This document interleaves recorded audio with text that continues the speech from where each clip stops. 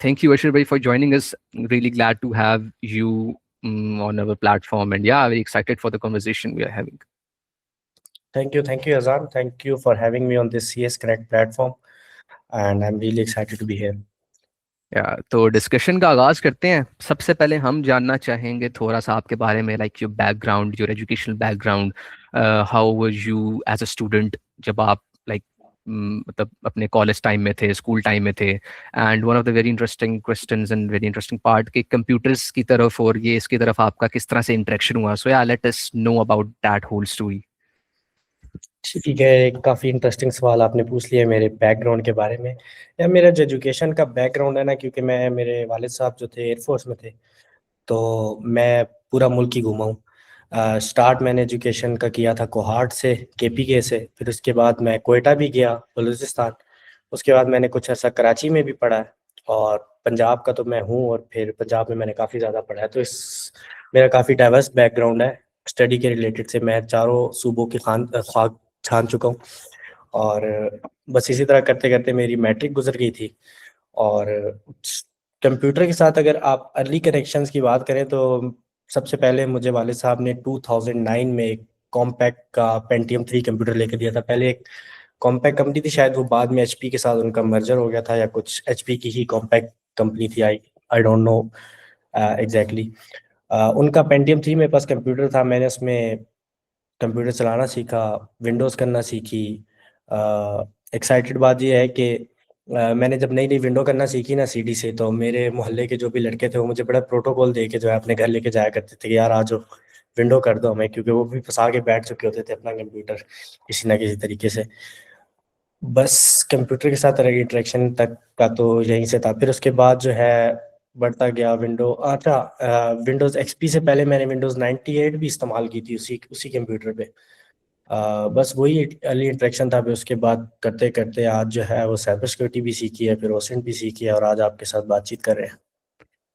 Okay, सो इसमें हमें आप ये बताएं कि like how are you as a student in your college times. Like एक तो वो किस्म के बच्चे होते हैं ना कि जिनका कन्वेंशनल पढ़ाई में उस तरह से दिल नहीं लगता और वो कंप्यूटर्स की तरफ इंटरेस्टेड हो जाते हैं, फिर इस तरह के लाइक काम करते हैं and experiments, this type of stuff. So वो you that type of theta guy या फिर दूसरी तरह के थे आप? यार, मैं थीटा गाय तो नहीं था बिल्कुल भी।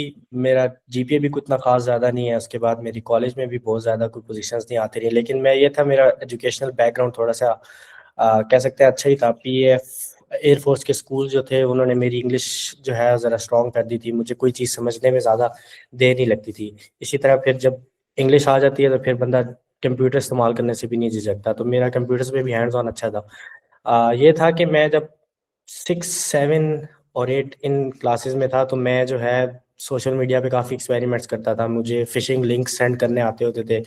मैं लोगों को कह सकते हैं बेवकूफ़ बना के उनको कहता था कि यार आप तो हैक हो गए हो। हालांकि वो हैक नहीं होते थे, वो सोशल इंजीनियर्ड होते थे किसी तरीके से। वो क्लिक कर देते थे मेरे लिंक पे।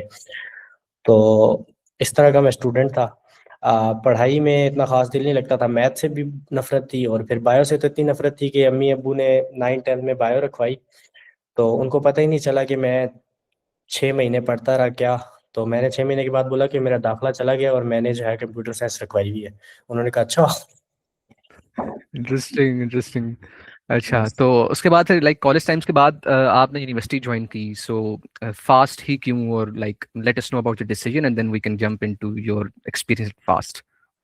ओके, ये काफ़ी इंटरेस्टिंग स्टोरी है। मैं कोविड के डेज़ पे जो है ढूंढ रहा था कोई यूनिवर्सिटीज़ के बारे में। एक्चुअली हुआ ये था कि फर्स्ट ईयर के जब हम पेपर्स दे चुके, मार्क्स आ चुके, तो कोविड आ गया। शफकत साहब जो हमारे एजुकेशन मिनिस्टर थे, उन्होंने कहा कि यार आप ये जो है ना, हम फर्स्ट ईयर के बेसिस पे सेकंड ईयर के मार्क्स ऐड कर देंगे, और आप बेशक अपनी यूनिवर्सिटीज़ में अप्लाई करना शुरू कर दो। हमने कहा ये भी सही है, पेपर ही नहीं देने पड़े, बड़े मज़े हो गए।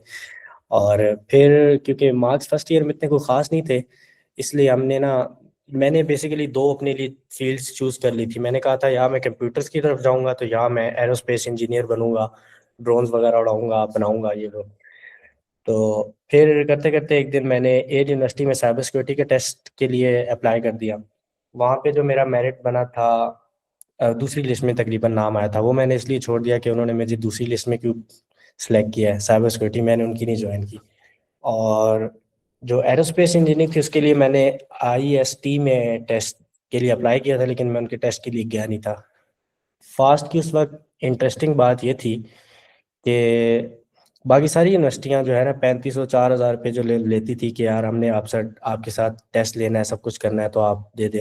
फास्ट का कोई एंट्री टेस्ट नहीं था, वो सोनली मार्क्स की बेस पे जो है ना आपका मेरिट बना रहे थे। तो मैंने ऐसे ही एक दिन कंप्यूटर चलाते हुए फास्ट की वेबसाइट खोली, वहाँ पे अप्लाई कर दिया और मेरा मेरिट नहीं बना। फास्ट इस्लामाबाद में नहीं बना था और फास्ट फैसलाबाद में बन गया था, CS में भी, पेशावर में भी। लेकिन इस्लामाबाद में जो है ना वो इलेक्ट्रिकल इंजीनियरिंग, PB और इन चीज़ों में बना था। CS की कोई एक फील्ड थी लेकिन वो साइबर सिक्योरिटी और CS इनमें से नहीं थी। तो कराची में जो है ना मेरा नाम आ गया, कराची में BS साइबर सिक्योरिटी में मेरा नाम आ गया। तो मैं क्योंकि इंट्रोवर्ट या ऐसा कोई नहीं था कि यार मुझे दूर घर से भागने में जो है कोई मसला होगा, तो मैंने चुपचाप मम्मी अबू को बोला कि यार मैं तो जा रहा हूँ कराची, मेरी ट्रेन पे टिकट करवाएं आप, और ये फीस है कुछ, ये आप हम लोगों ने भरनी है तो ये मुझे दे दें। तो बस वो मैं कराची चला गया। कराची जो है वो पहले भी मैं रहा हूँ कुछ अर्सा। कराची मेरे लिए बिल्कुल नया एक्सपीरियंस नहीं था, लेकिन काफ़ी अच्छा था कराची का एक्सपीरियंस। ने कराची वॉज गुड, बट जो फास्ट है ना वहाँ की वो इतनी अच्छी नहीं थी। फास्ट वहाँ की नहीं, फास्ट ओवरऑल ही कहते हैं कि रगड़ा देती है, सब कुछ देती है, वो मुझे वहाँ जाके पता चला। एक्चुअली जब मैं यूनिवर्सिटी ज्वाइन करने लगा था ना फास्ट की, तो लोगों ने मुझे डराया। मेरे कुछ कजन्स थे, कुछ गांव के दोस्त थे, उन्होंने कहा कि यार फास्ट में ना जाओ, तुम्हें पता ही नहीं है कि क्या होगा तुम्हारे साथ। मैंने कहा यार चलो सही है, चैलेंज लेने का मुझे बड़ा शौक है, मैंने कहा चलो मैं इसी में जाऊँगा। बस मैं फिर फास्ट में आ गया और कराची में पहले 2 सेमेस्टर्स पढ़े थे कि फिर मुझे ख्याल आया कि यार इस्लामाबाद में जाना चाहिए, और इस्लामाबाद की स्टोरी मैं आपको बाद में बताता हूँ। Okay nice. अच्छा, तो उस वक्त मेरा ख्याल है साद जावेद भाई भी लाइक फास्ट सही पढ़ रहे थे, द यस, AWS गाय। जी जी हाँ जी, तो मैं जानता हूँ। या एक्चुअली मुझे स्टार्ट में जो है वहाँ पे एक मोहसिन शाह मेरे क्लास फेलो थे, तो उन्होंने मुझे साइबर सिक्योरिटी से थोड़ा सा ज़्यादा जो है इंट्रोड्यूस करवाया, क्योंकि वो भी इसमें काम कर चुके थे, बग बाउंटी कर चुके थे, सारा कुछ कर चुके। उन्होंने मुझे कुछ बताया। साद भाई से मैं उस वक्त राब्ते में नहीं था, साद भाई से मेरा राब्ता बाद में हुआ था जब मैं इस्लामाबाद आ चुका था, B साइट्स के प्लेटफॉर्म से बाद में राब्ता हुआ था। लेकिन साद भाई को फिर मैं जान गया था कि वो वहाँ पे जो है वो काफ़ी अच्छा काम करते हैं, काफ़ी अच्छा। वो साद भाई को बल्कि मैंने एक पॉडकास्ट में भी देखा था, शुरू शुरू में उन्होंने कोई हाँ, वो पॉडकास्ट किया। कराची के बॉयज थे, उन्होंने किया था पॉडकास्ट उनके साथ। Yes yes yes. Yeah okay, so आगे चलते हैं कि like if you want to tell us something interesting about your journey at FAST, क्या सीखा, कैसा एक्सपीरियंस था, पढ़ाई का रगड़ा कैसा था, GPA और स्किल्स, वो सारा थोड़ा सा हमें आप वो बताएं कि आपका एक्सपीरियंस कैसा था फास्ट इस्लामाबाद में। यार शुरू का एक्सपीरियंस मैंने बताया कि कराची में जो है वो इतना ख़ास नहीं था। मैं जब गया मैं थोड़ा सा परेशान हो गया कि यार पहली बार मुझे किसी ने जो है वो मिड्स में फ़ेल कर दिया है, तो मैं क्या करूँगा। मुझे मैथ्स बिल्कुल नहीं समझ आती थी, कैलकुलस और डिफरेंशियल वो भर के मैंने पास किए। लेकिन खैर करते करते जो है वो मेरा तकरीबन सेकंड सेमेस्टर के एंड तक मेरे ख्याल से 3.4 CGPA था। पहले में बहुत गंदा आया था, लेकिन सेकंड में मैंने रिकवर कर लिया। फास्ट के बारे में ये है कि फास्ट के जो इवन सेमेस्टर्स हैं वो कहते हैं कि आसान होते हैं, जो ऑड होते हैं वो थोड़े से मुश्किल होते हैं। बस मैंने भी वैसे ही करके सेकंड में थोड़ा सा अच्छा GPA लिया। फिर मैं बड़ा हंसी खुशी में चला गया एक दिन एडमिनिस्ट्रेटर के पास, अब्दुल सईद साहब शायद वहाँ पे होते थे। मैंने उनको कहा कि यार मुझे ना ट्रांसफ़र कर दें इस्लामाबाद में। उन्होंने कहा यार ये अच्छा मजाक है, अचानक आ गए हो आप, कि आपको ट्रांसफ़र कर दें, ये कोई मजाक है। मैंने कहा कैसे होगा। मैंने कहा मेरा स्ट्रॉन्ग केस है भाई, मैं कराची में आया हूँ, पंजाब से हूँ। कहते हैं नहीं ऐसे नहीं होता स्ट्रॉन्ग केस, आपको टेस्ट पास करना पड़ेगा, जो मेरिट टेस्ट हो रहे हैं।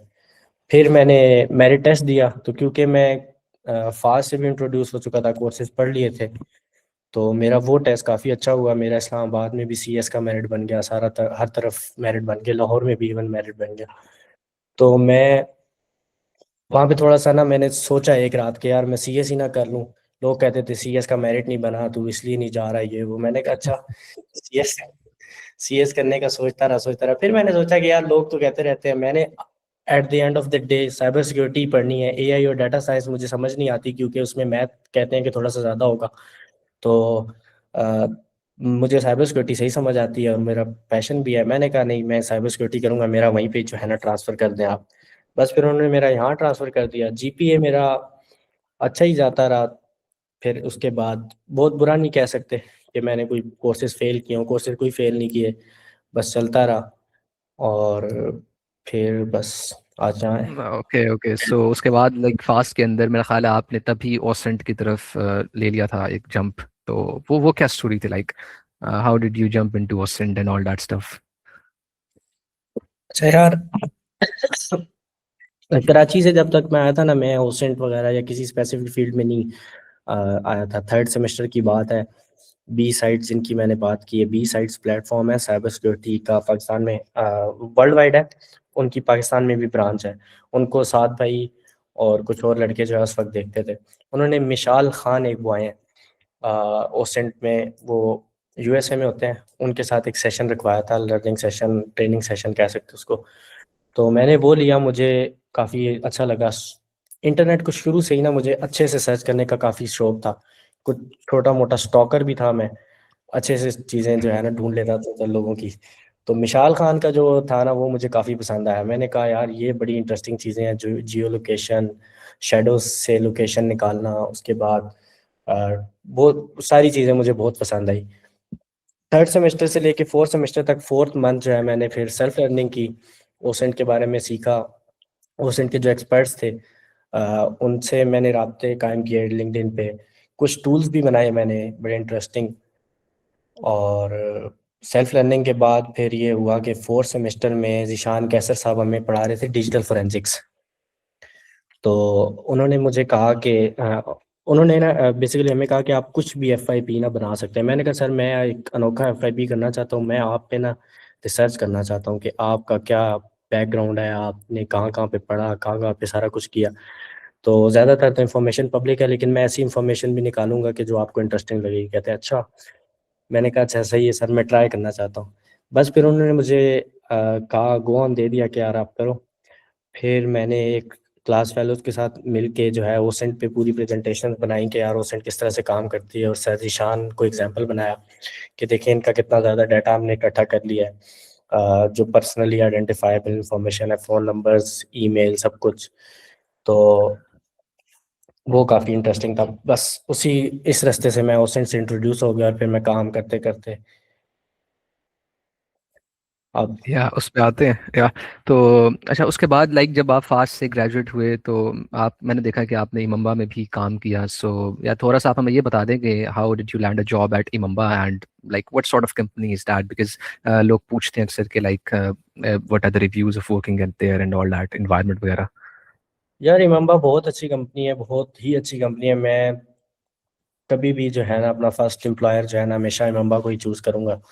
और मैं क्योंकि क्यूए इंजीनियर वहाँ पे, एज अ क्यूए इंजीनियर मैंने ज्वाइन किया था उस वक्त, वो ना बल्क में हायरिंग कर रहे थे इमामबा का। मैंने ये सीन ऑब्जर्व किया है कि वो ना टारगेट करते हैं नस्ट को, फास्ट को, और इस तरह की जो बड़ी यूनिवर्सिटीज़ हैं ना उनको टारगेट करते हैं कि यार इनके जो बच्चे हैं ना जब ग्रेजुएट हुए हम इनको ले लें। तो वो क्यूएस को बल्क में हायर कर रहे थे उस वक्त। तो बस हमारी क्लास के काफ़ी सारे लड़के थे, तकरीबन हम 6 लड़के थे, 6 क्लास फेलोज थे जिन्होंने इमामबा को ज्वाइन कर लिया एज अ क्यू इंजीनियर। मैं भी चला गया। मेरा क्योंकि इंटरेस्ट नहीं था क्यूए में इतना, थोड़ा अर्सा मैंने क्यूए में काम किया वहाँ पे। उसके बाद मैं एआई और एआई से रिलेटेड सिक्योरिटी की जो टेस्टिंग होती है वो करने लग पड़ा। फिर उसके बाद मैंने फुल ऑन सिक्योरिटी टेस्टिंग भी की आखिरी 5-6 महीने। जब मैं वो कर चुका तो फिर अब मुझे उन्होंने कहा कि यार दोबारा से क्यूए की नीड आ गई एग्जैक्टली एक। तो मुझे क्योंकि क्यूए भूल गई थी और इतनी अच्छी भी नहीं लगती थी, मैंने उनसे माजरत कर दी। मैंने कहा कि ना आपका टाइम वेस्ट हो ना मेरा वेस्ट हो, मैं इमामबाग छोड़ना चाहता हूँ। तो बस फिर मैंने इमामबाग छोड़ दी। इमामबाग बहुत अच्छी कंपनी है, मैं कभी भी इमामबाग में ज्वाइन करना चाहूँगा अगर कोई सिक्योरिटी रोल आया। Okay interesting. ओके, सो चूंकि अब हम मार्केट साइड पे हैं तो हमें ये भी बताएं कि how is the market of OSINT specifically and cyber security in general, Pakistan में कैसी है और बाहर कैसी है। लाइक अभी तक हमने जो सुना वो ये है कि पाकिस्तान में साइबर सिक्योरिटी से रिलेटेड फील्ड्स की जॉब्स बहुत कम हैं, अगर हैं भी तो पे रोल्स बहुत कम हैं। तो थोड़ा सा इसके बारे में हमें एजुकेट करें। अच्छा, जो मेरा एक्सपीरियंस है उसमें साइबर सिक्योरिटी की पहले बात कर लेते हैं। साइबर सिक्योरिटी का जो लोकल जॉब्स है ना, वो साइबर सिक्योरिटी में दो फील्ड आ जाती हैं, ऑफेंसिव साइड आ जाती हैं और डिफेंसिव। ऑफेंसिव का मतलब है कि आप अटैक करी जा रहे हो, और डिफेंसिव का मतलब है कि आप अटैकर से बचने के लिए, प्रिवेंशन के लिए कुछ काम कर रहे हो। तो डिफेंसिव साइड पे हमारे पास बहुत सारी जॉब्स हैं, बैंक्स में जॉब्स हैं, टेलीकॉम सेक्टर में बहुत सारी जॉब्स हैं, लेकिन जो ऑफेंसिव सिक्योरिटी की जॉब्स है ना, वो काफ़ी कम है। कुछ ही असेसमेंट कंपनीज हैं जो कि वो जॉब्स ऑफर करती हैं, बहुत कम है वो जॉब्स। तो अगर आप डिफेंसिव साइड में जॉब करना चाहते हैं तो मिल जाती है पाकिस्तान में जॉब, लेकिन ऑफेंसिव की नहीं मिलती। इंटरनेशनली तो साइबर सिक्योरिटी की बहुत ज़्यादा मार्केट है, लेकिन ऑब्वियसली जब हम यहाँ से अप्लाई करते हैं तो वो वीज़ा के मसले और ऐसी चीज़ें वो सारी आ जाती हैं।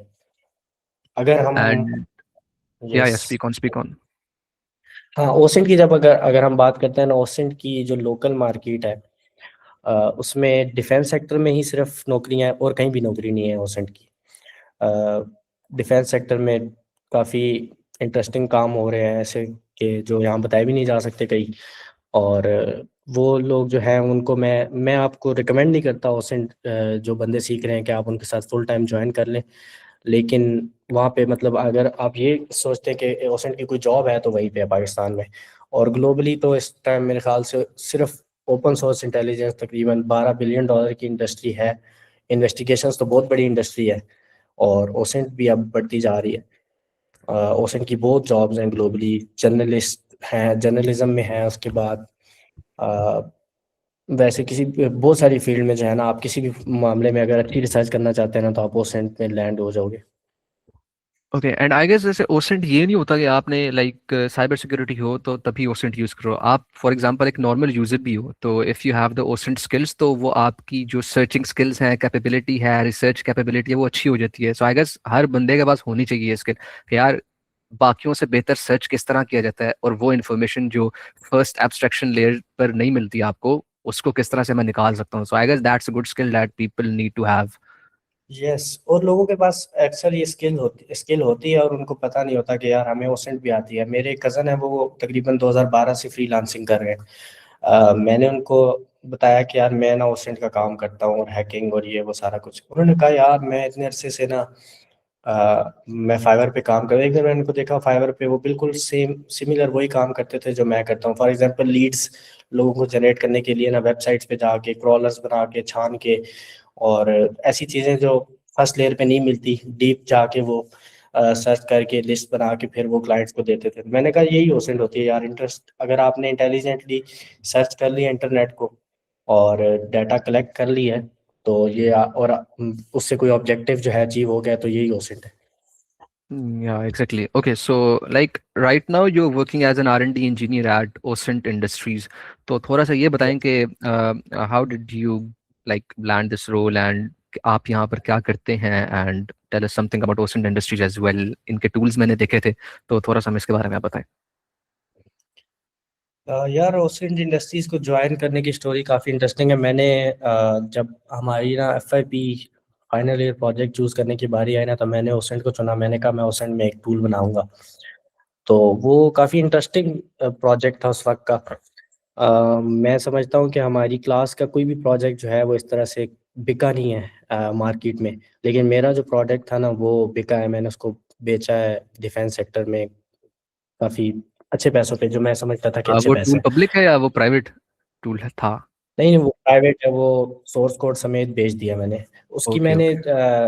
कैपेबिलिटीज़ के बारे में मैंने लिंक्डइन पे काफ़ी डिस्कस किया है, तो वो वहाँ मिल सकता है। ग्रीन इंट के नाम से मैंने उसको टूल को बनाया या था। एग्जैक्टली, वैसे मजे की तो बात, मैं आपकी गिटहब पे देख रहा था कि यार ग्रीन इंट की रेपो कहाँ मिलेगी मुझे वो रेपो नहीं मिली। तो मुझे पता लग गया दिस इज नहीं, एक समथिंग और विच ही हैज टूल केप्ट है। प्राइवेट।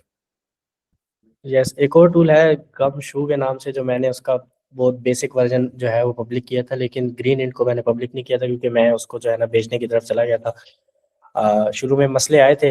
फास्ट ने कह दिया कि यार ये जो है हमारे एंड से बना हुआ है, तो आप बेच नहीं सकते। तो फिर मैंने उसको नए सिरे से बना के तो फिर बेच दिया था। इसलिए मैं आप फास्ट को ये रिकमेंडेशन दूंगा यहाँ पे। पता नहीं लोगों को अच्छी लगेगी कि नहीं लगेगी यार। अगर आप FIP बना रहे हो ना, तो आपके अगर जेहन में ये है ना कि बाद में मैं इसको कैरी ऑन कर लूँगा, तो ऐसा ना सोचो। बाद में मसले आ सकते हैं जब चीज़ें इन्वॉल्व हो जाती हैं कि पैसे लड़के ले लेंगे, बेच देंगे। तो फिर जो है यूनिवर्सिटी भी इंटरेस्टेड हो जाती है इस मामले में। तो आप FIP क्योंकि पास करना उनको जो 2 सेमेस्टर्स की होती है बातें, वो बहुत ईजी होता है। आप किसी भी तरीके से उनसे निकल जाओ, फिर उसके बाद जो अपना मेन गोल है ना वो बाद में जो है ना करना शुरू करो। ये मेरी रिकमेंडेशन है, पता नहीं किसी को अच्छी लगे या बुरी लगे।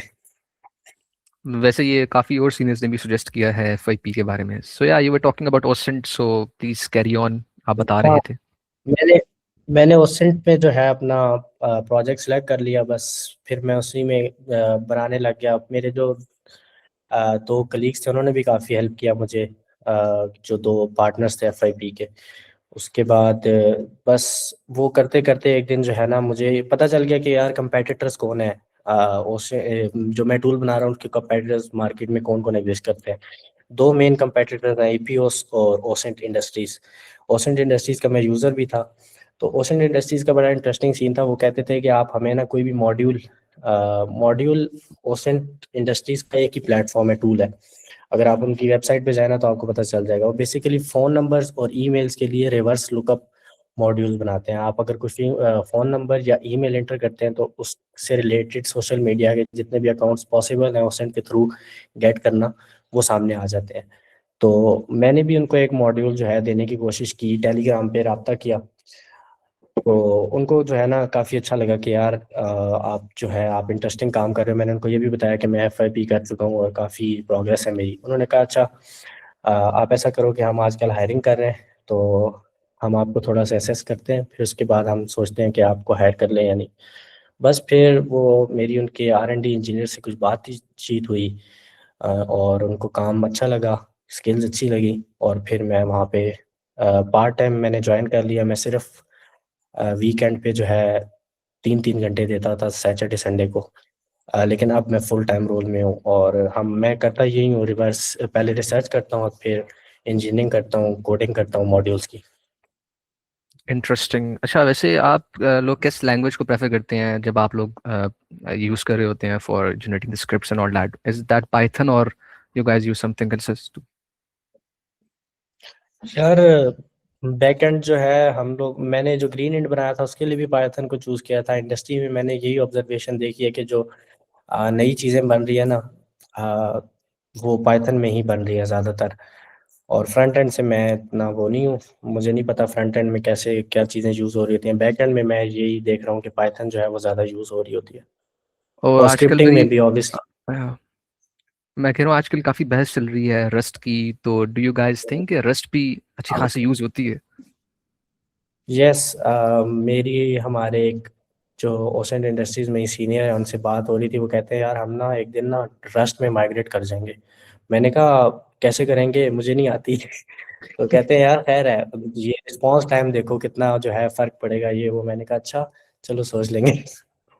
इंटरेस्टिंग। ओके, सो अब हम आते हैं दूसरे सेक्शन के ऊपर, एंड दैट इज अबाउट कि ओसेंट किस तरह से पाकिस्तान, फॉर एग्जांपल पाकिस्तान से स्टार्ट करते हैं कि वॉरफेयर के अंदर ओसेंट किस तरह से यूज़ होती है, and how the intelligence agencies let's say in Pakistan they use OSINT, उनकी क्या लिमिटेशंस हैं, and what kind of techniques they use to counter the terrorism in Pakistan and all that stuff. So या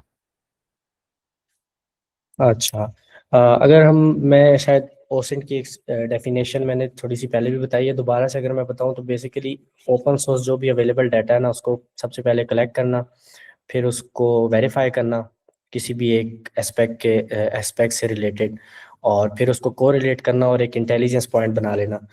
और फिर उस इंटेलिजेंस पॉइंट से कोई real life जो है ना आप किसी क्वेश्चन को आंसर कर देते हो ना अगर, तो ये सारा ओसेंट का प्रोसेस है। सिर्फ ओपन सोर्स इंटेलिजेंस जो है ना वो उसका कोई मतलब नहीं निकलता, लेकिन अगर इसको एज अ प्रोसेस देखें ना तो ये काफ़ी यूज़फुल होती है। ओसेंट जो है वो वॉरफेयर में भी यूज़ हो रही है, एजुकेशन में भी यूज़ हो रही है। तकरीबन हर सिलसिले में ही ना ये मैं तो इसकी एप्लीकेशन कोई ना कोई देख ही लेता हूँ। अगर आप कहते हो कि इस पे काउंटर टेररिज्म में या वॉरफेयर में पाकिस्तान में कैसे यूज़ हो रही थी है, तो पहले हम अगर काउंटर टेररिज्म की बात करें ना तो जो भी हमारे यहाँ अ, अगर आप लोग वो प्रेस कॉन्फ्रेंसेस सुनते हैं DGISPR की, तो 2 तरह के ग्रुप, तो उनमें जो है BLA और TTP जो है ना वो दोनों अपनी जो वीडियोस हैं, जो अपना प्रोपेगेंडा है या जो भी है वो टेलीग्राम पे भी पोस्ट करते हैं, रंबल एक प्लेटफॉर्म है वो भी यूज़ करते हैं। उसके बाद इंटरनेट आर्काइव को यूज़ करते हैं। अब यहाँ पे भी बड़ी इंटरेस्टिंग चीज़ है कि उन्होंने इंटरनेट आर्काइव को क्यों चुना हुआ है। इंटरनेट आर्काइव ऐसी चीज़ है कि पाकिस्तान में एक बड़ा इंटरेस्टिंग सीन है कि देखते हैं ना, कोई वेबसाइट है जिसमें स्टेट के खिलाफ कोई चीज़ है तो पूरी वेबसाइट ही डाउन कर दो। अब जर्नलिस्ट ने बड़ा अच्छा तरीका ढूंढा है कि वो sites.google.com के ऊपर ना होता है, उसमें अपना डाल देते हैं आर्टिकल वगैरह या जो भी होता है।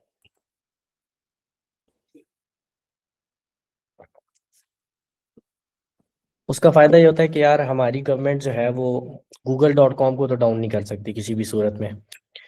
तो अगर वो डाउन करेगी तो इंटरनेट बैठ जाएगा पूरा। तो इस तरह वो जो है ना सेफ खेलते हैं। अब टेररिस्ट को भी ये बात समझ आ गई है, उनको ये समझ आ गई है कि यार फेसबुक जो है हमारे खिलाफ हमें डाउन कर देगी अगर हम फेसबुक पे ऑपरेट करेंगे, अगर हम ये जो मेटा के प्लेटफॉर्म हैं इन पे करेंगे। टेलीग्राम ऐसा प्लेटफॉर्म है जो कि थोड़ा लेट जो है वो बैन करता है, जब तक कोई स्टेट उसके खिलाफ रिपोर्ट ना करे वो नहीं करता बैन। रंबल और इंटरनेट आर्काइव ऐसे प्लेटफॉर्म है जो कि किसी सूरत नहीं करते, किसी की बात नहीं मानते। वो यूएस के फ्रीडम के बेस पे जो है ना वो कोई चीज़ रिमूव नहीं करते। तो वो टेररिस्ट आजकल वो यूज़ कर रहे हैं। अब टेररिस्ट जो वहाँ पे वीडियोस अपलोड करते हैं उनमें काफ़ी बार ऐसी चीज़ें होती हैं जो कि उनकी लोकेशंस और उनकी जो एक्टिविटी है उसके बारे में इंफॉर्मेशन ऐसी हो रही होती है जो कि इंफॉर्मेटिव होती है एजेंसीज के लिए। तो वो वहाँ से कलेक्ट कर रहे होते हैं, तो वो सारा प्रोसेस ओसेंट के थ्रू ही हो रहा होता है। ओके, सो यू मीन कि लाइक फॉर एग्जांपल हम इमेजिन करते हैं कि एक टेररिस्ट ग्रुप है, उसने कोई वीडियो अपलोड की और उसके पीछे बलूचिस्तान के पहाड़ हैं, तो you can get the Jio intelligence from that video और दैट इमेज के यार ये पहाड़ कहाँ पर होंगे और यहाँ पर ये ऑपरेट कर रहे हैं। You mean that? यस, कभी कभी ऐसा भी होता है। रिसेंटली एक बीएलए की वीडियो थी, वो सिस्तान ईरान के इलाके की थी, जो कि एक जॉइंट एक्सपर्ट ने जो है वो लोकेट कर ली थी। हमेशा ऐसा नहीं होता, वो काफ़ी इंटेलिजेंट तरीके से आजकल तस्वीरें अपलोड करते हैं पीछे से ब्लर करके। और जक्की खालिद एक लिंक्डइन पे या मेरे आई नो दैट तो वो गाय, वेरी उस्ताद, फेमस ट्रेड। वो उनकी जो वीडियोस और इमेजेस हैं उनको अक्सर डिबंक करते रहते हैं कि यार ये उनकी राइफल्स की, उनके वॉकी टॉकीज की इंफॉर्मेशन को जो है वो बताते रहते हैं कि कहाँ से है और कहाँ से प्रोपोगेट हो रहे हैं। ऐसी चीज़ों पे डिस्कस करते, तो ये सारी चीज़ें ओसेंट में जो है ना वो काम आ सकती हैं। हमारी जो अ, कह सकते हैं डिफेंस सेक्टर है, जो जहाँ तक मैंने देखा है उसमें उनकी कोई बहुत बड़ी एप्लीकेशन यूज़ नहीं हो रही। वो यूज़ कर नहीं रहे किसी वजह से। अ, चाहते हैं करना, लेकिन उनके पास राइट टैलेंट नहीं मिल रहा और राइट टैलेंट को वो राइट पैसे नहीं देना चाहते, जिसकी वजह से वो अभी तक प्रैक्टिकल एप्लीकेशन नहीं है। बस कुछ मेरे जैसे और जकी खालिद भाई जैसे लोग जो हैं वो सोशल मीडिया पे ही उनको कभी कभी रिमाइंडर देते रहते हैं कि ये चीज़ भी पॉसिबल है। Interesting, interesting. ओके, सो आगे चलते हैं और लाइक थोड़ा डिस्कस करते हैं कि पाकिस्तान की साइबर पॉलिसीज किस तरह से हैं एंड उसमें क्या इम्प्रूवमेंट की ज़रूरत है, और लाइक पहले से क्या इम्प्रूवमेंट आई है and how can we practically solve the issues that are going on in these policies. यार पाकिस्तान में जो साइबर सिक्योरिटी की पॉलिसीज एग्जिस्ट करती हैं, पीका रूल्स हैं, कुछ कुछ एनसेट की पॉलिसीज हैं, कुछ नेशनल साइबर सिक्योरिटी पॉलिसी भी निकली थी 2023 में आई गेस। और मैं तो उन सबको जो है वो कागजी कार्रवाई कहता हूँ। इम्प्लीमेंट नहीं होती कहीं पे भी। कोई रूल नहीं लगा हुआ, कोई भी किसी किस्म की जो है। हमारे यहाँ रिसेंटली डक्की भाई को जो है उठा लिया गया। अगर वो चीज़ें इम्प्लीमेंट हो रही होती तो वो उस पर वो अंदर होते अभी तक पीका रूल्स के तहत, अगर उन्होंने वो चीज़ काम किया होता। इसी तरह बहुत सी एक्टिविटीज़ ऐसी चल रही हैं जिनको जो कानून जो है ना वो पकड़ नहीं रहा, एफआईए भी नहीं पकड़ रहा, कोई भी नहीं पकड़ रहा। तो पॉलिसी सिर्फ कागज़ बना के रख देने से तो कोई फ़ायदा नहीं है उनका। और वो भी इतने कॉम्प्रिहेंसिव नहीं है, इतने एडवांस नहीं है कि जो है आजकल की सारी चीज़ों को, आजकल की सारी ट्रिक्स को वो कवर करते हैं। तो प्रोग्रेस है, अल्लाह करे जो है वो आने वाले दौर में और अच्छी चीज़ें भी आई। एनसेट आजकल एक एडवाइजरीज जो है वो रेगुलरली शाया करता है, वो मुझे अच्छी लगती हैं। रिसेंटली उन्होंने जो हमारी पाक इंडिया की जंग थी उसमें उन्होंने एक एडवाइजरी दी थी, वो मुझे काफ़ी पसंद आई थी, वो काफ़ी एक्सटेंसिव थी। तो यस, काम हो रहा है आहिस्ता आहिस्ता इस फील्ड में। और लिखत पढ़त वाला जो काम है ना, उसमें पाकिस्तानी बहुत आगे चले जाएंगे, क्योंकि यूनिवर्सिटीज़ के जो प्रोफेसर्स हैं और ये ज़्यादातर जो है इन रोल्स पे चले जाते हैं जो लिखने वाले होते हैं, तो वो अच्छी कर लेते हैं, रिसर्च जो है ना ये अच्छी कर लेते हैं। टेक्निकल जो है वो अभी हम पीछे हैं obviously. All right, all right. Okay, so let's talk about the some stuff related to surveillance के surveillance, like वो जो स्नोडन ने विसल ब्लो किया था एनएसए का, और उसमें हमें ये भी पता लगा था कि एनएसए वो spying on the citizens of Pakistan as well. तो वहाँ से काफ़ी लोगों को ये आ गया कि यार प्राइवेसी ज़रूरी है और गवर्नमेंट्स हम पर सर्वेल करेंगे और वो सब। तो हम बात करते हैं, चूंकि हम पाकिस्तान में हैं, तो पाकिस्तान में सर्वेलेंस किस हद तक हो रही है। और ये भी सुनने में आया था कि जो सेफ सिटी कैमराज हैं और जो नादरा की डेटाबेस है, that acts as a big resource for the intelligence operations for the US in Pakistan. So what do you think about that? यार हमारे ऊपर सर्वेलेंस काफ़ी स्ट्रांग है, उसकी रीज़न जो है वो अ, यही है, एंटी टेररिज्म है।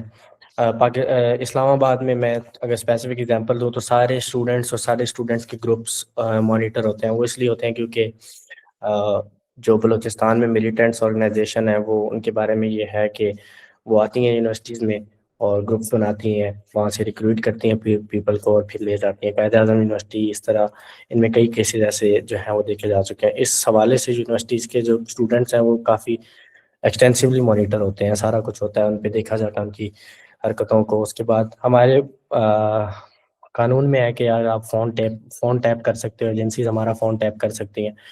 तो यही है कि अगर आपने सर्वेलेंस से बचना है तो फिर एडवांस नॉलेज हासिल करें कि सिग्नल पे जाना है, व्हाट्सएप पे जाना है, कॉल किस तरह से लीक नहीं हो सकती, वो सारी चीज़ें सीखें। सर्वेलेंस तो एग्जिस्ट करती है, यहाँ पे भी एग्जिस्ट करती है, यूएसए में भी करती है, इंग्लैंड में भी करती है, यूरोप में आजकल बहुत जो है वो यही चल रहा है कि यार ये बहुत ज़्यादा सर्वेलेंस करना शुरू हो गया हमारी। तो ये हर जगह एग्जिस्ट करेगी। आप अगर बहुत ज़्यादा टेक्निकल हो जाते हैं, आप बचना चाहते हैं, तो कुछ चीज़ें सीखें। और कुछ खर्चा भी होता है इस मामले में, आपको वीपीएन अच्छे खरीदने पड़ते हैं, प्लान्स लेने पड़ते हैं, तो आप सर्वेलेंस से बच भी सकते हैं।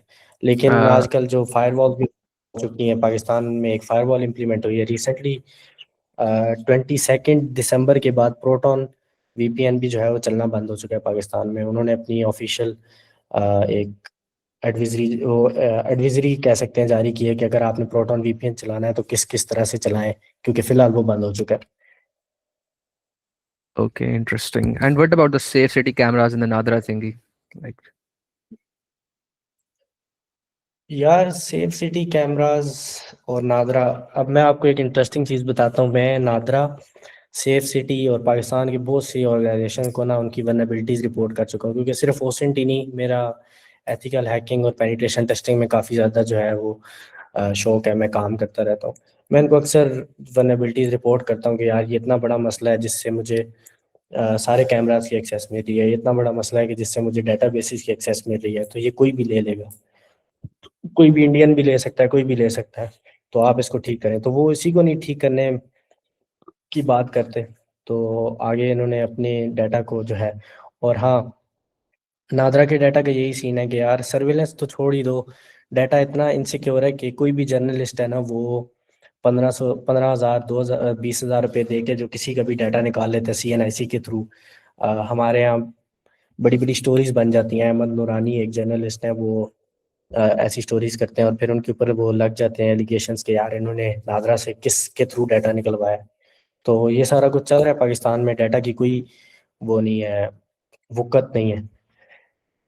Very sad to hear about that. Okay, तो हम सर्वेलेंस की बात कर रहे थे, तो आपने उसमें बात की टैपिंग की, तो हम ये डिस्कस करते हैं कि पाकिस्तान में रहकर आपके कौन कौन सी कम्युनिकेशंस जो हैं वो टैप हो सकती है। फॉर एग्जांपल, ये तो ठीक है कि आपके जो लोकल कॉल्स हैं, एसएमएस हैं, वो तो टैप होते हैं, बट डू यू थिंक कि जो व्हाट्सएप के मैसेजेस हैं, और चलो सिग्नल पे हम बाद में आते हैं, बट डू यू थिंक कि व्हाट्सएप और इस तरह की जो कम्युनिकेशंस होती हैं, वो भी किसी तरीके से उनके पास जा रही होती है इंफॉर्मेशन अबाउट अस?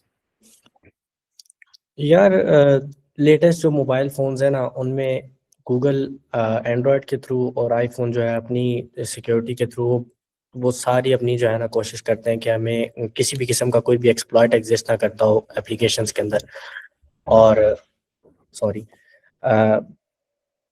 उसके लिए वो काफ़ी काम करते रहते हैं कि यार इसमें कोई एक्सप्लॉइट ना हो, लेकिन इसराइल में और ऐसे सॉफ्टवेयर हैं एनएसओ ग्रुप के पास कि जो कि अभी भी सुना जाता है कि बहुत ज़्यादा हाई वैल्यू पैसे दिए जाए ना तो किसी का भी फ़ोन टैप किया जा सकता है, जिसमें फिर व्हाट्सएप भी आ जाता है, सिग्नल भी आ जाता है, सारा कुछ आ जाता है। बेसिकली वो फ़ोन पूरे को कंप्रोमाइज़ कर देते हैं। पेगासस। तो यस, पेगासस की ही मैं बात कर रहा हूँ। उसी तरह के सॉफ्टवेयर एग्जिस्ट करते हैं इसराइल के पास ही, और भी कहीं और भी एग्जिस्ट करते होंगे, गॉड फॉरबिड, मुझे नहीं पता। लेकिन अ, पाकिस्तान में मैं नहीं समझता कि कोई इतने ज़्यादा पैसे दे के हम नॉर्मल सिटीजन्स की जो है व्हाट्सएप की कॉल सुनने के लिए जो है इतनी इन्वेस्टमेंट करेगा। मैं एजेंसीज या सब की जो है ना बात कर रहा हूँ, मेरे ख्याल से वो इतना जो है ना वो नहीं करेंगे। बहुत कोई हाई लेवल पे किसी की जो है वो करना चाहें और वो पेगासस खरीदें तो उसके लिए हो सकता है। नॉर्मल सिटीजन को व्हाट्सएप की कॉल पे नहीं परेशान होना चाहिए या किसी और कम्युनिकेशन प्लेटफॉर्म पे नहीं परेशान होना चाहिए, जब तक आपके पास लेटेस्ट मॉडल्स के फ़ोन है। ये 17 नहीं होगा तो आप कंप्रोमाइज़ नहीं होगे। बस जो लेटेस्ट है, मतलब ये नहीं कि आप इस ज़माने में आईफ़ोन 6 लेके फिर रहे हो या एंड्रॉयड वाला जो है एंड्रॉयड 8 9 पे चल रहा हो। तो वो चीज़ें जो हैं वो इनसिक्योर कर सकती हैं। आपका कोई भी फ़ोन है वो फिर मर्ज़ी से हैक हो जाएगा। लेकिन अगर आप लेटेस्ट डिवाइसेज़ और latest apps, updated apps use कर रहे हो तो इतना आसान नहीं है। और दूसरा, बाकी सारी जो अ, होती हैं कि आपने किसी चीज़ को क्लिक नहीं करना, किसी ऐसी रैंडम चीज़ को, वो सारे सेफ पैटर्न्स जो हैं वो आप अगर अप्लाई करते हैं तो आप बच सकते हैं। और जो सिम पे कॉल होती है उस पे भरोसा ना करें, वो कहीं पे भी टैप भी होती है। और टैप ना भी हो रही हो तो जब आपने कोई गलत काम करना है अगर फॉर एग्जांपल, तो आपकी पूरी सीडीआर जिसको कहते हैं वो गवर्नमेंट के पास होती है। आपने किस किस को कॉल की है, कब कब की है, वो सारी जो है रिकॉर्ड होती है। All right, all right. Okay, so what do you think about the Signal versus WhatsApp debate? कुछ लोग कहते हैं कि Signal is an app which was created by the law enforcement agencies for the people who are privacy conscious, ताकि वो especially उन पर surveil कर सकें. So do you think that claim is right? And like, what do you think in general about Signal versus WhatsApp thing? यार, मैं to be honest मुझे इसका ज़्यादा इतना नॉलेज नहीं है तो मैं इस पे ज़्यादा कमेंट नहीं करूँगा। मेरा दोस्त है एक बाकिर, वो उसने रिसेंटली व्हाट्सएप अपना बंद कर दिया और अब हमें बड़ी मुश्किल होती है। सिर्फ उसकी खातिर मैंने सिग्नल, जिससे मैं उसको मैसेज करने के लिए मैं सिग्नल यूज़ करता हूँ। तो मेरे ख्याल से सिग्नल का जो कोड है वो ओपन सोर्स है शायद। Yeah, it is. तो बस जो चीज़ ओपन सोर्स है फिर उसमें जो है ज़्यादा ट्रस्ट बंद किया जा सकता है। व्हाट्सएप का कोड मेरे ख्याल से ओपन सोर्स नहीं है। Yes. Okay, okay. यस, बस So ओपन ले लो फिर। या वो सिग्नल का बस मसला ही होता है, लाइक मैंने भी काफ़ी दफ़ा ये कोशिश की है बाकी भाई की तरह बनने की, लेकिन उसके बाद वापस व्हाट्सएप पे ही आना पड़ता है क्योंकि लोग सिग्नल पे शिफ्ट उस तरह से होते नहीं है, तो छोड़ा नहीं जा यस, सकता। ओके सो या व्हाट्सएप में वैसे भी व्हाट्सएप में भी या actually, एक बात बताना चाहूँगा। व्हाट्सएप में भी एक सेटिंग है जिसमें कॉल की प्राइवेसी पे भी जो है ना वो उन्होंने एक ऑप्शन दे दिया कि आप कॉल की क्वालिटी थोड़ी सी रिड्यूस होती है, लेकिन आपका आईपी एड्रेस जो है ना वो फिर कोई भी जो है नहीं जान पाएगा। एक सेटिंग है वो ऑन करने की जो है, या उससे ये हो जाता है आपका आईपी एड्रेस जो है ना वो लीक नहीं हो सकता। वरना लोग कॉल के थ्रू कोई ऐसा एक्सप्लॉइट एग्जिस्ट करता है, मैंने तो उसको टेस्ट नहीं किया, लेकिन कॉल करते हुए आप जो है ना किसी भी तरीके से आईपी एड्रेस इन्फर कर सकते हो जो भी यूज़र है उसका। अच्छा, वो सिग्नल की भी वो होता है ना सरकमवेंशन, कुछ इस तरह से करके उसका ऑप्शन होता है। और मेरा ख्याल है सिग्नल पाकिस्तान में वैसे तो आप नहीं चला सकते, लेकिन जब आप वो ऑप्शन को ऑन कर लेते हो ना तो फिर आपके मैसेजेस ना वो सेंड होना शुरू हो जाते हैं। तो मेरा ख्याल है पाकिस्तान में तो सिग्नल उस तरह से नहीं चलता इतना। यस, हमारी, मैंने कहा कि जो भी लॉ एनफोर्समेंट एजेंसीज हैं उनको पता चलता जा रहा है कि टेररिस्ट और जो भी एंटी स्टेट एक्टर्स हैं वो क्या क्या यूज़ करते हैं, तो मैक्सिमम कोशिश ये होती है कि वो बैन कर दें। प्रोटॉन वीपीएन उनको पता चला कि वो यूज़ कर रहे हैं, वो बैन होना शुरू हुए। क्लाउड फेयर वार एक ऐप है वो यूज़ करते थे पाकिस्तानी, अब वो बैन हो रही है। वीपीएन किसी भी किस्म के जो है आहिस्ता आहिस्ता बैन होते जा रहे हैं।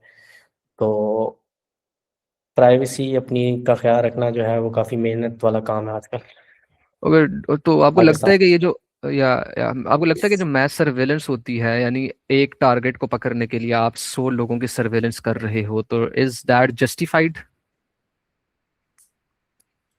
यार, मुल्क के कानून बनाने वाला मैं तो नहीं हूँ। मैंने पिछले दिनों एक सुना था कि जज साहब थे, उन्होंने कह दिया कि यार इस बंदे की ना सारी व्हाट्सएप कॉल की हिस्ट्री लेके आओ। तो फिर एक टेक्निकल बंदा आया उस उनको समझाने के, जो व्हाट्सएप की कॉल है ना ये नहीं रिकॉर्ड कर सकता कोई भी बंदा। वो कहते हैं नहीं रिकॉर्ड करके लेके आओ, इतनी बड़ी एजेंसीज एग्जिस्ट करती हैं, सारा कुछ है, तो आपके पास कॉल रिकॉर्डिंग नहीं है। फिर उनको एक टेक्निकल बंदे ने समझाया कि ये जो व्हाट्सएप की कॉल्स है ना इनकी कोई सीडीआर वगैरह नहीं होती। जो ये टेलीकॉम कंपनीज हैं ये भी 4 साल या कोई स्पेसिफिक टाइम बताया था उस टाइम तक जो है सीडीआर रखती होती है हर यूजर की, फिर उसके बाद वो भी डिलीट कर देती हैं। और जस्टिफिकेशन है या नहीं, ऐसे नहीं कह सकते कि आप यार हर वक्त आपकी मैच सर्विलेंस हो रही है, मैं कोई भी कॉल कर रहा हूँ अगर तो वो रिकॉर्ड हो रही है, या कोई सुन रहा है बैठ के, ऐसा नहीं है।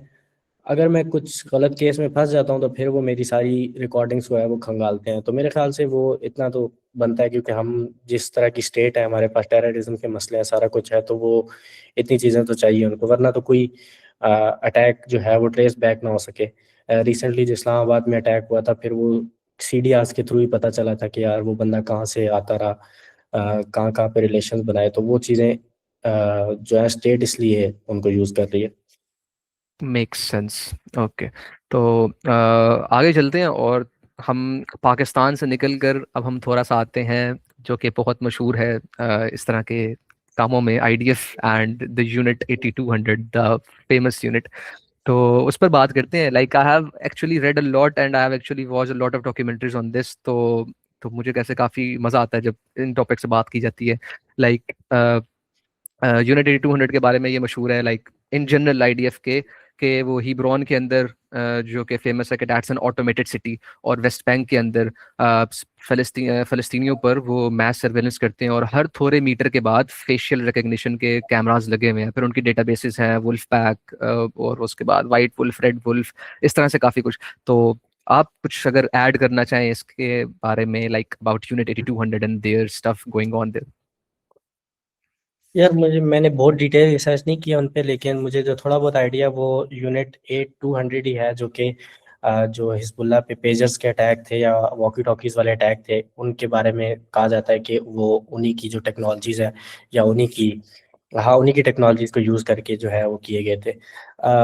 मैं समझता हूँ कि जो यूनिट 8200 है ना उस तरह की यूनिट्स पाकिस्तान में भी होनी चाहिए। वो बेसिकली करते क्या है कि जो यंग टेक्निकल माइंड्स हैं ना उन्होंने अपने पास बिठाए हुए हैं, और जो लेटेस्ट आइडियाज़ हैं ना उन पे काम करते हैं टेक्नोलॉजी में भी, और फिर जो टेक्नोलॉजी दूसरे मुल्कों के पास है उनके एंटी वेपन्स बनाने के लिए भी। तो फिर वो इसीलिए कामयाब है। उन्होंने ऑब्वियसली मैस सर्विलेंस वगैरह वो सारा कुछ वो करते होंगे, अपने गजा में भी सारा कुछ करते होंगे। जो अब फॉर एग्जांपल जो पेजेस वाला अटैक था उसमें भी उन्होंने पहले सारी देखा कि कम्युनिकेशन डिवाइसेस कौन सी यूज़ करते हैं, फिर उनकी जहाँ से उनका ऑर्डर जाना था उनमें वो एक्सप्लोजिव लगा के भेजे। तो अगर वो इतनी सारी चीज़ों को मॉनिटर करते हैं ना, तो इसी चीज़ों की जो है पाकिस्तान में भी ज़रूरत है अगर हम टेररिज्म को कंट्रोल करना चाहते हैं। कभी कभी मेरे जहन में एक अजीब सा आइडिया आता है कि यार हमने जो भी टेररिस्ट देखे हैं आज तक मैक्सिमम, वो एक सर्विस का मशहूर जूता है वो पहनते हैं ना। आपने देखा है कभी अजलान? मुझे नहीं आइडिया, बताएं अगर तो।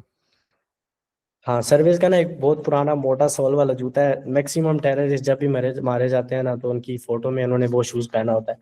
तो अगर हिजबुल्लाह पेजर्स की सारी चीज़ों पे मॉनिटरिंग करके पेजर्स में एक्सप्लोजिव लगा सकता है, तो हम भी क्यों नहीं सर्विस को कहते हैं कि यार आप इनके शूज़ में जीपीएस लगा दो छोटे से, हमें सारी मूवमेंट इंटरेस्टिंग। पता चलती है। ऐसे बट मेरा आइडियाज जो है अगर उन पे काम, तो आइडियाज हैं, लेकिन यूनिट एट टू इम्प्लीमेंट शायद हंड्रेड हो जाए तो क्या ही बात है फिर।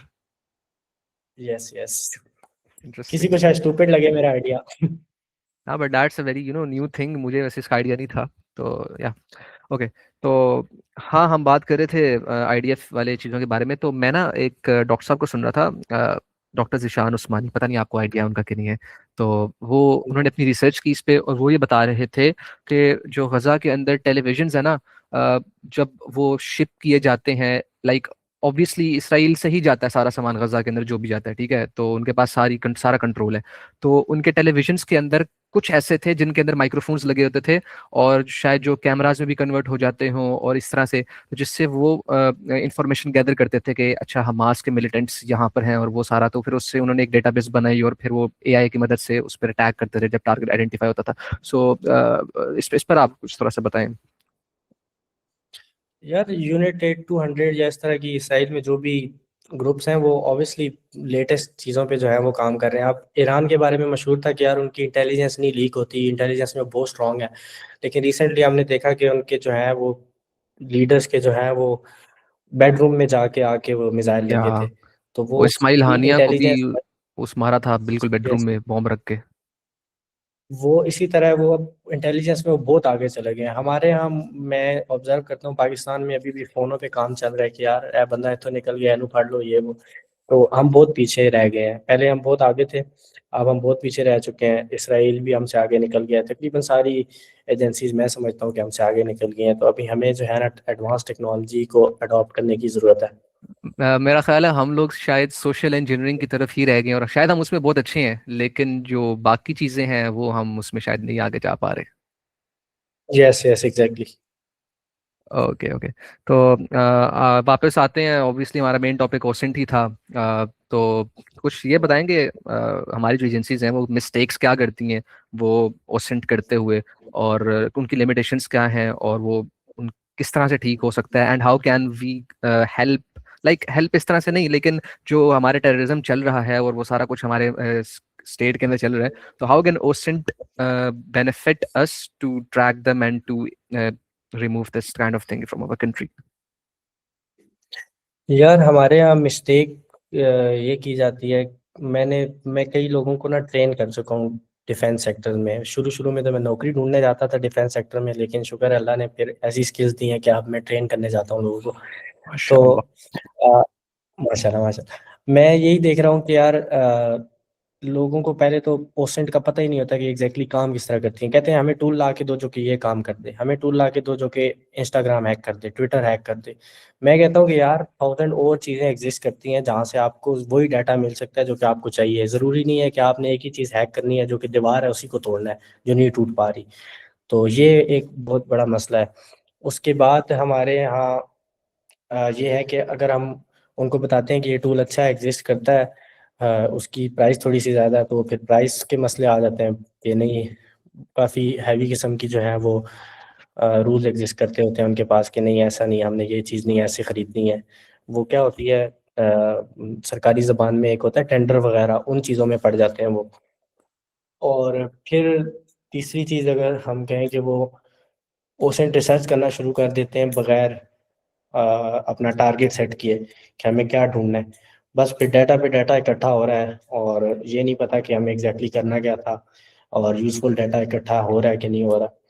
बस इस तरह की कुछ मिस्टेक्स हैं जो कि मैंने देखा है कि ओसेंट सेक्टर में होती हैं। और आपको क्या लगता है कि कॉम्पिटेंट बंदों का ना होना इसकी वजह है, या फिर सिस्टम का ही प्रॉब्लम है ऊपर से? यार कॉम्पिटेंट बंदे एग्जिस्ट करते हैं, कॉम्पिटेंट बंदों की अपनी चॉइसेस हैं। फिर फॉर एग्जांपल मैं एक फास्ट का ग्रेजुएट हूँ, मैं अपने क्लास फेलोज से कंपेयर करूँगा कि यार मेरे क्लास फेलोज सॉफ्टवेयर इंडस्ट्री में कितने पैसे ले रहे हैं। कोई जितने भी ले रहे हैं मैं उतने पैसे डिमांड करूँगा कि यार मेरे पास भी सेम स्किल है, सेम डिग्री है, तो आप मुझे इतने पैसे दें।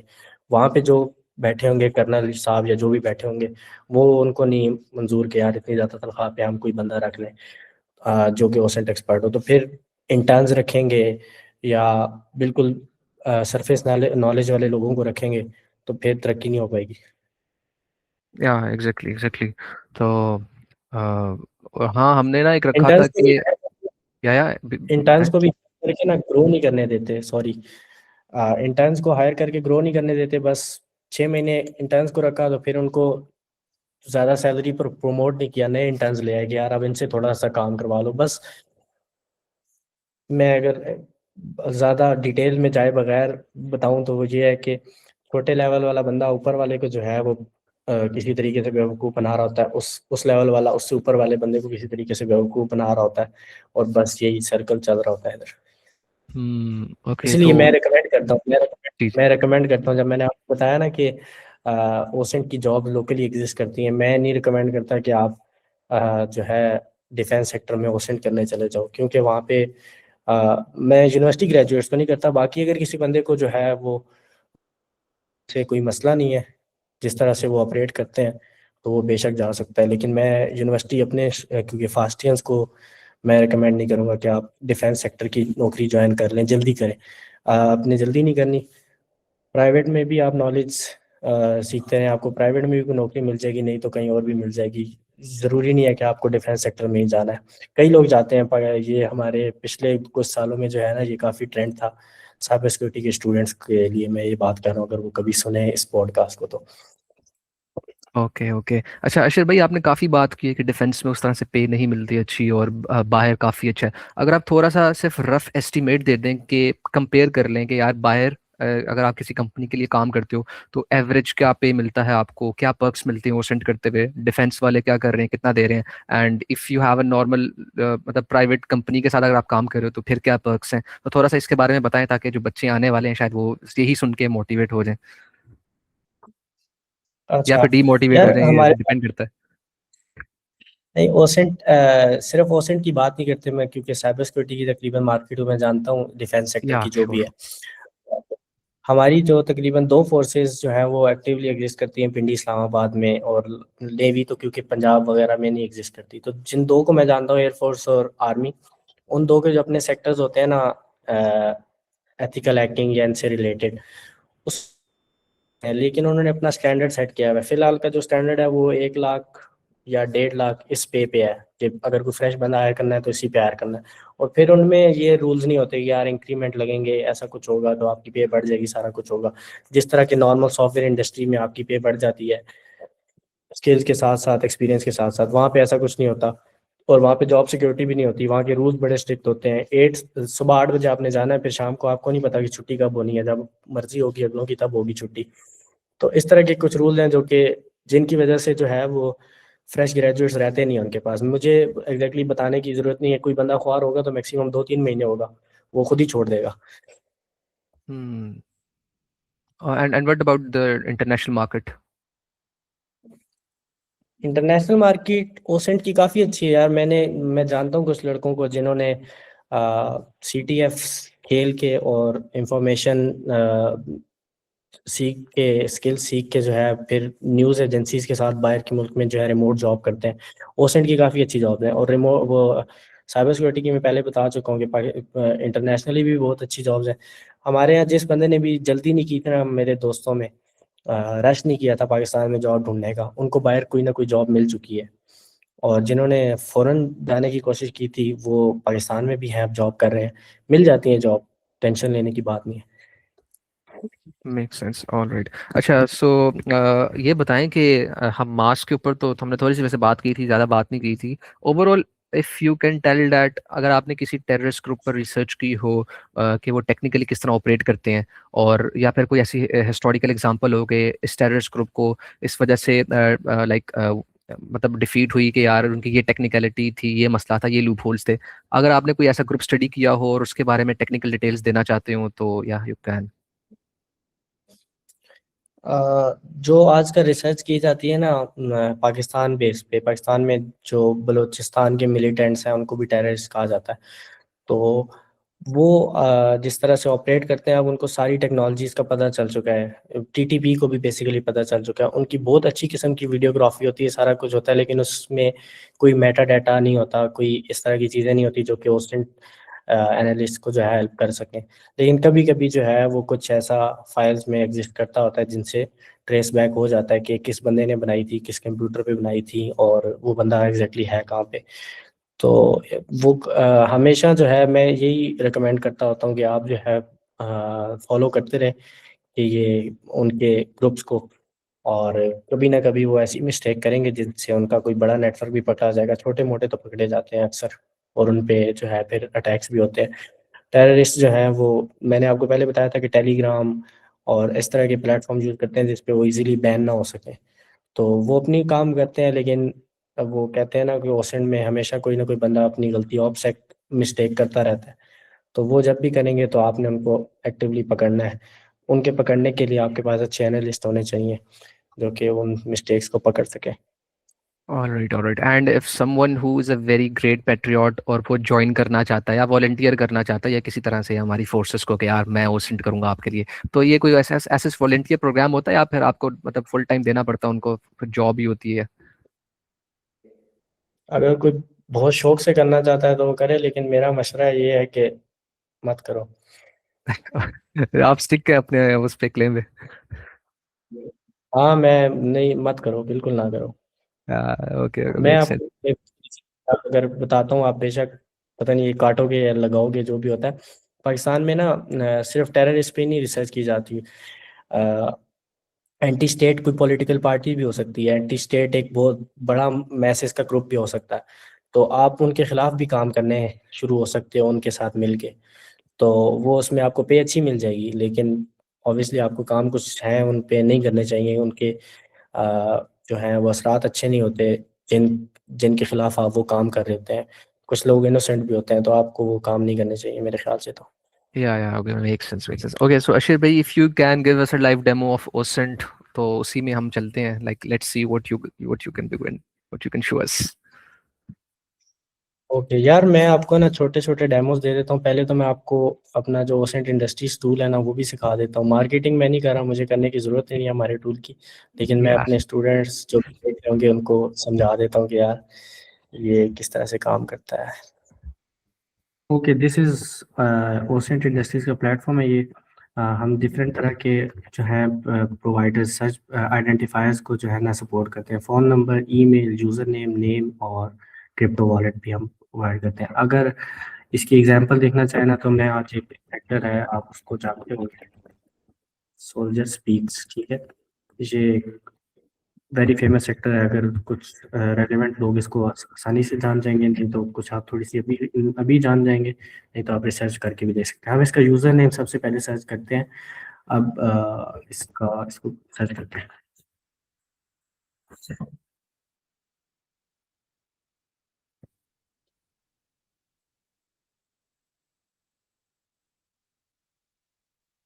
और ये क्या है? अजान, तुम्हें लग रहा होगा कि हमारा ओसेंट टूल जो है वो फारिग है, लेकिन ऐसा नहीं है, हमारा इंटरनेट फारिग है फिर। नहीं नहीं, मुझे नहीं लग रहा, मुझे इंटरनेट का ही लग रहा मसला। I trust OSINT industries. यार बस पता नहीं क्या इशू। हाँ चलो, चल पड़ा है। बीच में से बेशक काट देना थोड़ा। हाँ श्योर।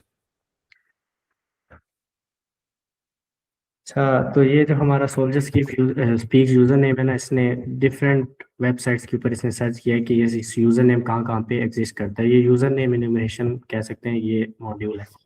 अब इसने यहाँ पे देखा जाए तो इसने कहाँ कहाँ पे सर्च किया है, जिसमें बहुत से जो है वो एग्जिस्ट करते हैं वेबसाइट्स जिन पे इसने सर्च किया है।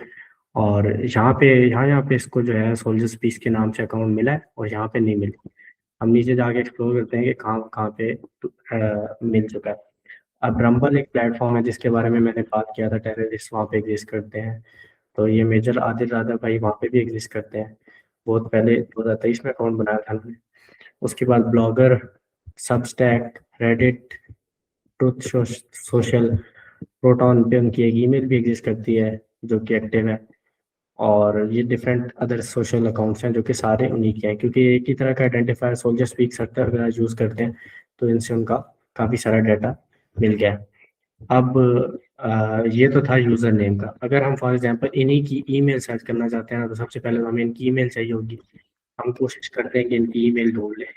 तो ये गूगल डॉर्क है, मैंने जो इस्तेमाल की है, जिसमें उनका यूज़र नेम मैंने डाला है कोटेशन में, उसके बाद @gmail.com डाल दिया, ठीक है, कि मुझे कहीं पे इनकी ईमेल अगर मिल जाए। अब यहाँ पे अपनी वेबसाइट है इनकी soldierspeak.org, यहाँ पे इन्होंने कुछ ईमेल मेंशन की हुई है, info@soldierspeak.org। ये तो इंटरेस्टिंग ईमेल नहीं है, इनकी पर्सनल नहीं हो सकती। अब ये एक तीसरा लिंक हम देख रहे हैं कॉन्टैक्ट आउट के नाम से। ये वेबसाइट अक्सर लिंक्डइन के थ्रू जो है ना ईमेल प्रोवाइड करती होती है। जो लिंक्डइन पे जो भी अकाउंट होता है ना, उसकी ईमेल प्रोवाइड करती है। तो इसको अगर हम ओपन करते हैं ना, तो हमें पता चलेगा कि यही आदिल फारूक राजा है जिसको हम देख रहे हैं। तो इस वेबसाइट ने इनकी ईमेल बताई हुई है कि आदिल राजा 18@gmail.com पे इनको अप्रोच किया जा सकता है, ठीक है। अब हमें इनकी ईमेल मिल की यूज़र नेम के साथ ही एक @gmail.com की डॉर करने से। अब हम उनकी ईमेल को आके इधर सर्च करते हैं।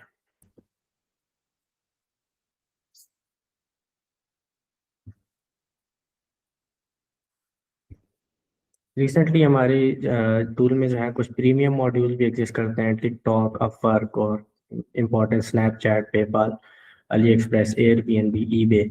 ये प्रीमियम होने की कुछ खास रीज़न है, वो इस इधर डिस्प्ले नज़र हो जाती है अगर आप देखना चाहें तो। तो जिसकी वजह से हमने इनको प्रीमियम कर दिया। अच्छा, अब नीचे जो नॉर्मल मॉड्यूल्स हैं फिलहाल वो रिस्पॉन्स देना शुरू करेंगे। हमें पता चल रहा है कि इस ईमेल से फाइवर पे अकाउंट है, पिंटरेस्ट पे, एक्सप्रेस, डिस्कस, इन प्लेटफॉर्म से अकाउंट है। उसके बाद ये कुछ अकाउंट्स हैं जो आ रहे हैं, लेट्स वेट के और के कौन कौन से अकाउंट्स आते हैं। अच्छा, हमारे पास लिंक्डइन आ चुका है, ईमेल के थ्रू फाइंड हो चुका है, और कोरा प्लेटफॉर्म पे उनका अकाउंट है जिसपे इमेज है, वहाँ पे लोकेशन की इंफॉर्मेशन है, सारा कुछ है। एडोब बी का एक है, गूगल प्ले गेम्स, फेसबुक में एक मेथड एग्जिस्ट करता है जिससे आप फ़ोन नंबर की हिंट्स निकाल लेते हो, तो वो है। उससे दो हिंट्स आ रही हैं फ़ोन नंबर की, हमें पता चल रहा है +26 और +18, ये दो फ़ोन नंबर वो यूज़ करते हैं फेसबुक के लिए।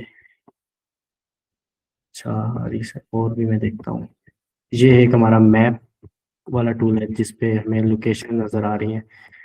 अब गूगल मैप्स में 2019 में उन्होंने पीसी होटल मुजफ्फराबाद में एक रिव्यू डाला था, जो कि हमारा टूल बता रहा है कि एग्जिस्ट करता है। ये ज़्यादातर गूगल रिव्यू से सारा डाटा लिया गया है, और ये क्योंकि इंग्लैंड का इलाका है यहाँ पे रिसेंट रिव्यूज़ भी मिल जाएंगे। और ये एक टाइमलाइन का भी है सीन, लेट मी सी, यहाँ पे टाइमलाइन एग्जिस्ट करती है। अब रिसेंटली 2026 में 3 तारीख को वो गूगल पे लास्ट एक्टिव देखे गए हैं। उसके बाद स्टीलर लॉग में भी इसी पिछले साल उनका लीक हुआ है डाटा। तो ये टाइमलाइन एग्जिस्ट करती है कि वो लास्ट सीन उनका कब है, रीसेंट एक्टिविटीज उनसे रिलेटेड कब थी।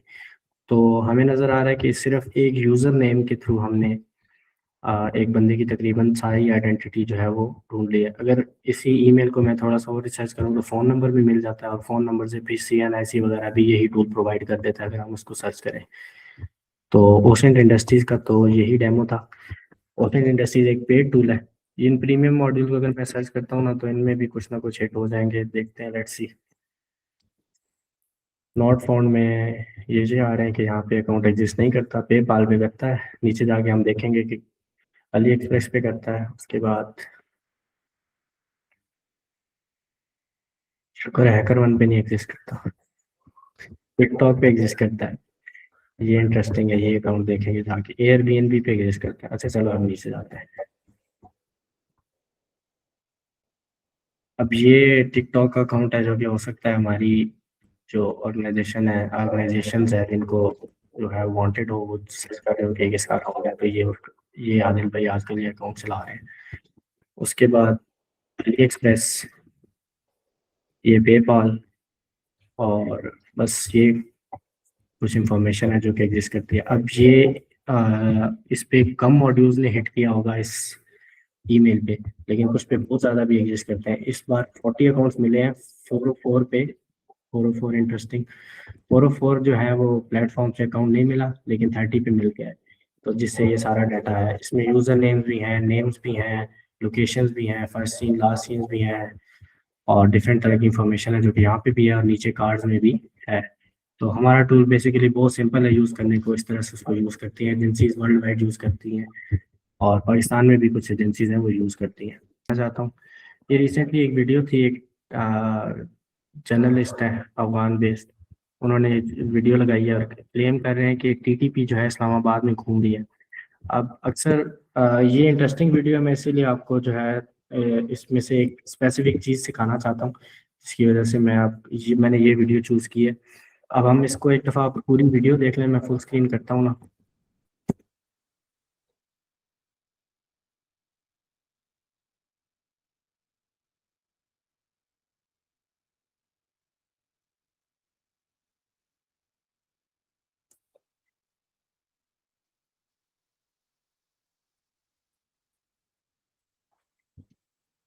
ओके, तो इस वीडियो में क्लेम कर रहे हैं कि हम TTP वाले जो हैं इस्लामाबाद में फ्रीली घूम रहे हैं, और ये वो एरिया है। अगर हम इसकी जियो लोकेशन करना चाहते हैं ना तो डिफरेंट तरीके हो सकते हैं। मैं एक स्पेसिफिक ट्रिक बताऊंगा आपको, जिससे आप जो है फ़ौरन कर सकते हैं। जब भी आप जियो लोकेशन कर रहे होते हैं, आपको पीछे जो डाटा है या आप उससे रिलेट करने की कोशिश करते हैं कि ये कहाँ पे एग्जिस्ट करती होगी। यहाँ पे ये जो बिल्डिंग है ना, ये स्पेसिफिक नज़र आ रहा है कि यार ये कहीं पे वेरी स्पेसिफिक बिल्डिंग है, इस तरह की नॉर्मल जो है बिल्कुल कॉमन टाइप नहीं है बिल्डिंग्स की। उसके अलावा वीडियो के आगे जाएं तो हमें नज़र आ रहा है कि यार यहाँ पे एक पूरा यू टर्न है बड़ा वाला, 2 लेन्स है जो कि यू टर्न को सपोर्ट कर रही हैं और यू टर्न है। उसके बाद जब हमारी वीडियो आगे जाती है तो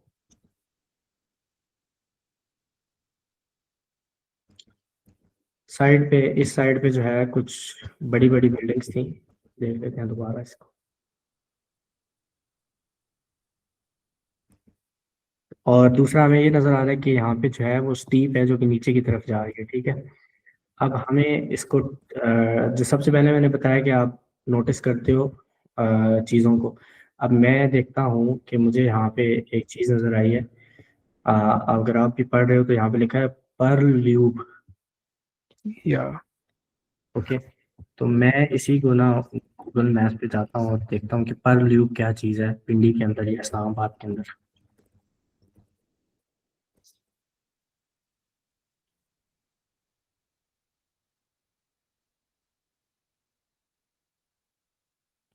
से दो चीज़ें नज़र आ रही हैं हमें, एक जीटी रोड पे और एक पीडब्ल्यूडी पे, ठीक है।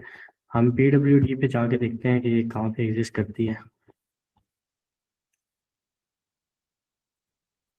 यहाँ पे पर ल्यूब एग्जिस्ट करता है, लेकिन ये हम देख रहे हैं कि रोड भी तंग है, जिस तरह का वीडियो में नज़र आ रहा है वैसा खुला रोड नहीं है।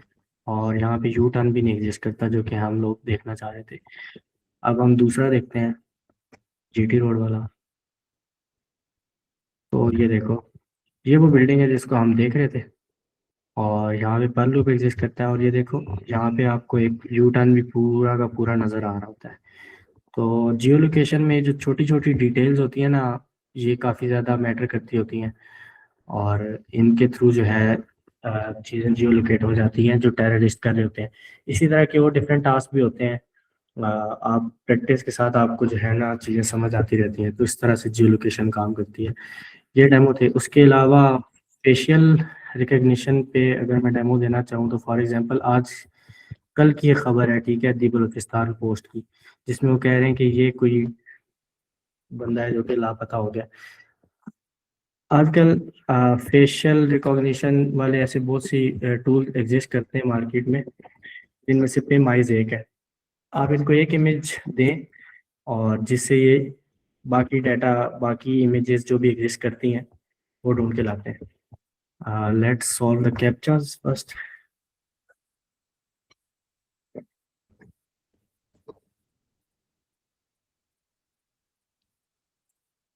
चॉपस्टिक्स, ये भी लग रही है।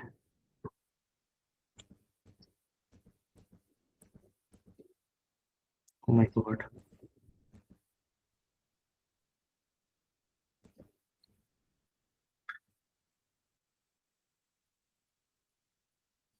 अच्छा देखें, ये कल की खबर है लेकिन फिर भी इस पेमाइज टूल ने जो है इससे रिलेटेड बाकी इमेजेस निकालनी है।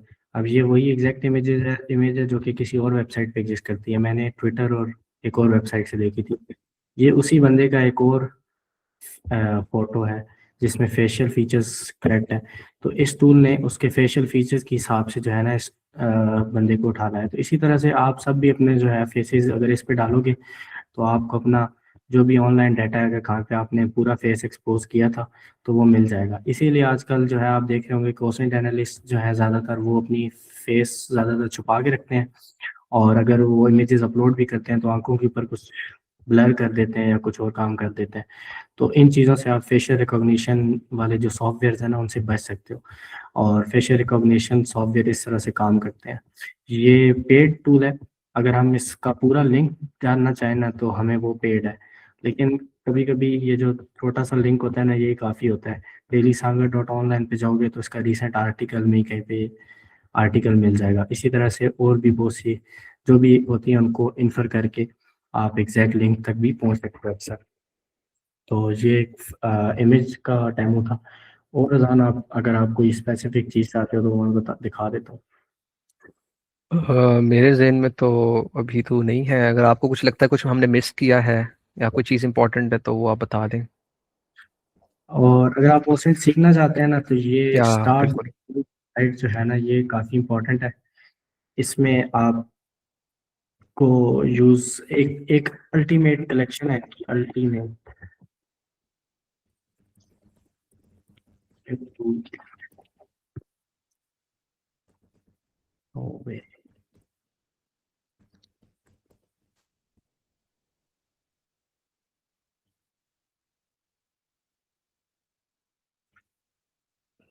यार मेरे पास कहीं पे ये बुक मार्क्स भी हैं ओसेंट के एग्जिस्ट करते होते हैं, अगर आपने ढूंढने हो एक तो। ओशन फ्रेमवर्क काफ़ी फेमस है, वो उसमें काफ़ी टूल्स हैं, लेकिन मैंने जब ट्राई किया तो पाकिस्तानियों का डेटा बहुत कम निकलता है वहाँ से। ऑब्वियसली पाकिस्तानी टूल्स के लिए वो है, वो डिफरेंट आपको ढूंढना पड़ेगा, रिसोर्सेज ढूंढने पड़ेंगे। मैं जो आपको बताना चाहता था ना, जिससे मैंने भी सीखा था यार, वो कहाँ गई।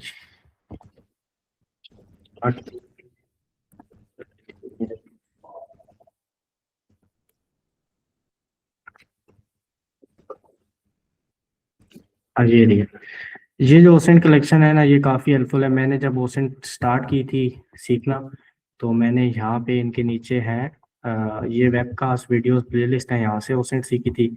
उसके बाद ये चैलेंजेस और CTFs हैं, इनको मैं दिन ब दिन सॉल्व करता गया था और मुझे ओसेंट जो है काफ़ी आती गई थी। यहाँ पे काफ़ी अच्छे ओसेंट के रिसोर्सेज जो हैं वो पड़े हुए हैं।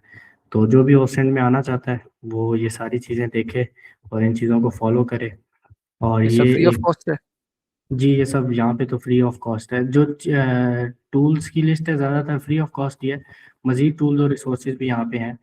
और ज़्यादातर चीज़ें फ्री ऑफ कॉस्ट होती हैं, या आप जब ओसेंट सीख लेते हो तो आप उनको फ्री ऑफ कॉस्ट ढूंढ लेते हो कि कहाँ पे वो एग्जिस्ट करती होती हैं। तो ये काफ़ी हेल्पफुल है ना, ये स्टार्ट मी के ओसेंट कलेक्शन है। बाकी ये जो स्टार्ट डॉट मी है ना, ये इस पे और भी बहुत ओसेंट की कलेक्शन पड़ी होंगी। इसी तरह ये बुक मार्क्स हैं, आप इनको भी इंटरनेट पे ओसेंट बुक मार्क्स सर्च करोगे ना तो इस तरह के बुक मार्क्स आपको मिल जाएंगे। तो फिर आप स्पेसिफिकली इसी तरह इंस्टॉल कर लो, उनको इंपोर्ट कर लो क्रोम में या जिस भी ब्राउज़र में आप यूज़ करते हो, तो आप यूज़ कर सकते हो। इसी तरह के मैंने भी एक एक दफ़ा बनाई थी ओसेंट की टूल, एली टूल्स।